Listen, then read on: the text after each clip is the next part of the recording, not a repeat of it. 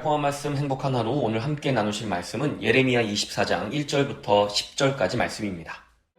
바벨론의 느부갓네살 왕이 유다 왕 여호야김의 아들 여고냐와 유다 고관들과 목공들과 철공들을 예루살렘에서 바벨론으로 옮긴 후에 여호와께서 여호와의 성전 앞에 놓인 무화과 두 광주리를 내게 보이셨는데 한 광주리에는 처음 익은 듯한 극히 좋은 무화과가 있고 한 광주리에는 나빠서 먹을 수 없는 극히 나쁜 무화과가 있더라. 여호와께서 내게 이르시되 예레미야야, 네가 무엇을 보느냐?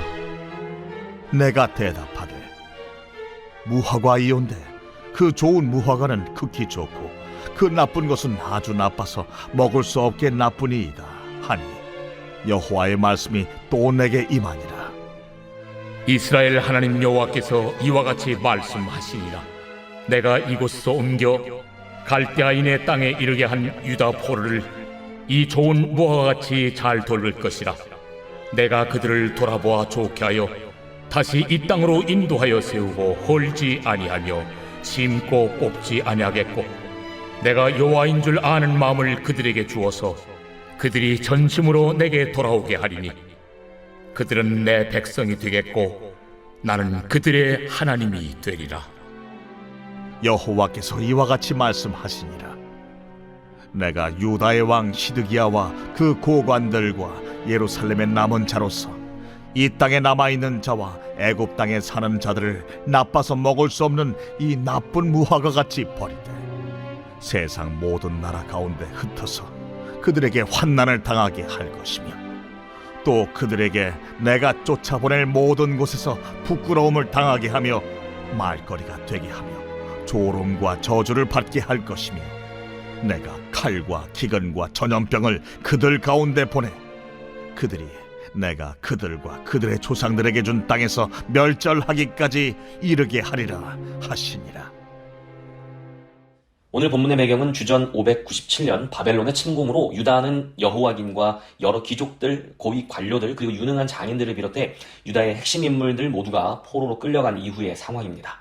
주권이 상실되었고 예루살렘 성전과 왕궁의 모든 보물들을 탈취당했습니다. 성전의 금 그릇들이 산산조각 났으며 예루살렘에는 비천한 자만 남게 되었습니다. 이런 상황에서 하나님은 예레미야에게 환상을 보여주셨습니다. 그것은 여호와의 성전 앞에 놓여있는 두 개의 무화과 광주리였습니다. 광주리는 큰 바구니 같은 것이죠. 그 광주리 두 개에 각각 먹기 좋은 무화과와 나쁜 무화과가 나뉘어 담겨 있었습니다. 그리고는 하나님께서 예레미야에게 무엇을 보느냐 하고 물으십니다. 여호와께서 내게 이르시되 예레미야야 내가 무엇을 보느냐 하시매 내가 대답하되 무화과이온데 그 좋은 무화과는 극히 좋고 그 나쁜 것은 아주 나빠서 먹을 수 없게 나쁘니이다 하니 지극히 당연한 대답이지요. 그러나 네 하나님 무화과네요. 좋은 무화과도 있고 썩은 것들도 보입니다. 라는 대답은 하나님이 주시고자 하는 대답이 아니었습니다. 하나님은 무화과를 통해 유다의 남은 자들과 포로로 끌려간 자들의 운명이 완전히 다르다는 것을 보여주시려고 하셨습니다.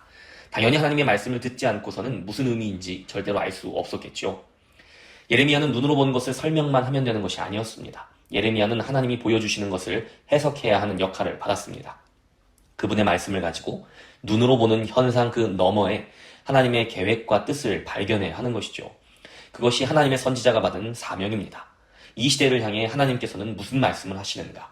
그 말씀 그대로 온전히 전달하는 것입니다. 그 말씀을 가지고 눈앞의 현실을 바라보고 해석해야만 합니다. 예수님을 통해 하나님의 부르심을 받은 우리 모두는 예레미야와 같이 현상을 보고 해석해야 합니다. 우리는 눈에 보이는 세상이 전부가 아니라는 것을 알기 때문입니다. 우리는 하나님의 말씀을 통해 눈앞의 세상을 또 눈앞의 현실을 제대로 해석하고 있습니까? 아니면 거짓 선지자들에게 속고 또한 자기 욕망에 속아 자기 멋대로 해석하고 있지는 않습니까? 때때로 하나님이 우리에게 알려주신 해석은 우리가 상식적으로 생각하는 것과 다를 때가 있습니다. 예레미야의 시대의 상황이 꼭 그렇습니다. 우리는 우리에게 주어진 현실을 마치 눈앞에 두 종류의 무화과 나무를 보듯이 무엇이 좋은 무화과이고 무엇이 나쁜 무화과인지 한눈에 알아볼 수 있을까요? 여기 두 종류의 무화과가 있는 것처럼 두 종류의 유다 족속이 있습니다. 한 무리는 바벨론과의 전쟁에서 끝까지 버티고 싸우다 운 좋게도 바벨론의 칼에 피하여 숨고 도망하여 포로로 끌려가지 않았습니다. 여호야긴을 비롯하여 많은 귀족들과 고위 관료들, 예루살렘 성전과 왕궁의 많은 보물들과 주요 인사들이 모두 굴욕적으로 이 포로로 끌려갔습니다. 그러나 남은 자들은 비록 완벽해 보이지는 않지만 자신들이 원하는 결과를 얻어낸 것 같습니다. 나라가 아직 망한 것은 아니었고 그들은 자기 고향을 지켰으며 적들은 이제 다 물러갔습니다. 그들은 원하는 대로 원하는 곳에 남게 되었고 자기들의 것을 지켜낸 듯 보입니다. 그들은 끝까지 회개하지 않았고 자기 행실을 돌이키지도 않았습니다. 쓰고 먹기 싫은 하나님의 말씀을 계속 거절하고 뱉어냈습니다. 그런데 그리고는 자기들 뜻대로 해낸 것입니다. 말씀을 안 들었는데 그들은 잘 지내는 것처럼 보입니다. 마치 하나님의 심판을 피하고 원하던 결과를 얻은 듯 보입니다. 우리는 지금의 현실에서도 이런 사람들을 자주 목격합니다. 그럼 하나님의 말씀을 따라 포로로 끌려간 사람들은 어떤가요? 그들은 패배한 듯 보입니다. 굴욕적으로 보입니다. 포로로 끌려간 것입니다. 아무리 처우가 좋다 한들 주권을 빼앗기고 나라를 잃고 가정과 일터를 잃고 완전히 다른 곳에 끌려와 다른 문화, 다른 환경에 강제로 적응해야 합니다. 원하지 않는 명령에 굴욕적으로 따라야 합니다. 말씀에 순종하면 뭔가 드라마틱한 일이 벌어질 줄 기대한 사람은 없었을까요? 포로로 끌려가던 중에 하늘에서부터 불이 내려 바벨론을 심판하고 불쌍한 자기 백성을 구원하시는 하나님을 끝까지 기대하지 않았겠습니까? 그런데 아니었죠. 그들은 그 굴욕과 고난을 온전히 다 감내해야만 했습니다. 그것이 하나님의 말씀이 가리키는 곳이었고 하나님이 약속하신 그들의 운명이었습니다. 말씀을 따라 사는데 엎어집니다. 고꾸라집니다. 가는 곳마다 문을 닫고 가는 곳마다 비가 내립니다. 용기 내어 망하는 길이라도 달려가 보는데 정말로 망합니다. 분명 하나님께서 말씀하신 대로 순종했는데 드라마틱한 응답이나 보답이 기다리고 있지 않습니다. 우리가 사는 오늘의 현실에도 우리는 이런 사람들을 많이 보게 됩니다. 그리고 어쩌면 바로 내가 그런 사람은 아닌가요? 예레미야는 두 부류의 유다인들을 봅니다. 마치 두 광주리에 나누어 담긴 무화과처럼 말입니다. 하나님의 의미심장한 질문이 다시 들리는 듯합니다. 너는 무엇을 보고 있느냐? 무엇이 좋은 무화과이고 무엇이 나쁜 무화과입니까? 우리는 그것을 하나님의 말씀을 따라 제대로 해석하여 대답하고 있을까요? 우리는 오늘의 현실, 나의 현실을 보고 과연 무엇이 좋은 무화과이고 무엇이 나쁜 무화과인지 제대로 보고 있습니까? 하나님은 곧장 답을 주십니다. 바벨론의 칼을 피하여 예루살렘의 남은 자들이 아니라 오히려 그들의 칼을 피하지 못하고 포로로 끌려간 사람들이 좋은 무화과라는 것입니다. 그들이 좋은 무화과인 이유는 그들이 잘해서가 아니라 하나님께서 그렇게 정하셨고 그렇게 만드실 것이기 때문입니다. 하나님은 포로가 된 유다 사람들에게 고난을 감내하도록 인도하셨습니다. 그들은 자기들의 죄를 회개하고 감당해야 할 죄의 대가를 온몸으로 받아야 했습니다. 그 고난의 길을 통과해야지만 알게 되는 것들이 있기 때문입니다. 하나님이 이끄시는 대로 그들은 뜨거운 풀무불에 들어간 것입니다.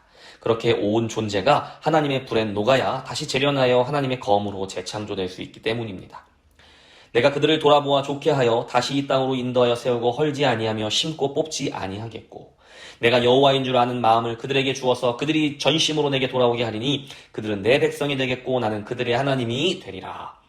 하나님은 다 계획이 있으십니다. 하나님은 그들이 고난의 길을 통과하도록 하시면서 준비시키고 계십니다. 그들이 회개하고 하나님의 말씀을 따랐기 때문에 좋은 무화과라고 하시는 것이 아닙니다. 하나님께서 그들을 좋은 무화과로 만드시겠다는 것입니다.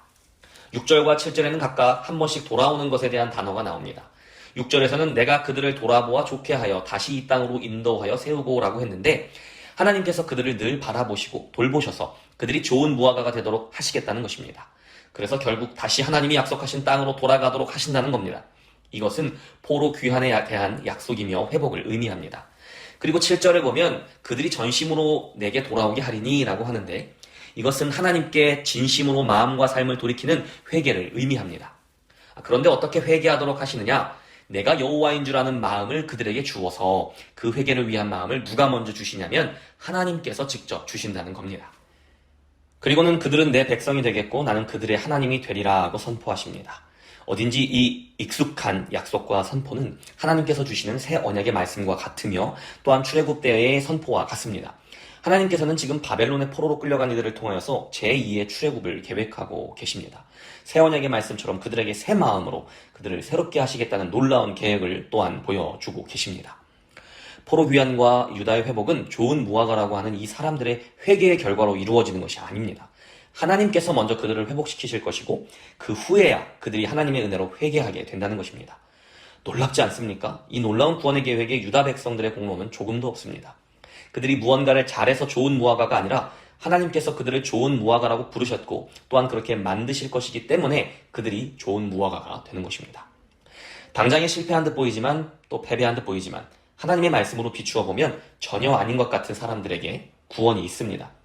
하나님의 말씀이 향하고 있는 곳에 구원이 있습니다. 그런 말씀을 무시하고 자기들 멋대로 해석하여 결정한 예루살렘의 남은 자들을 기다리고 있는 것은 무엇일까요?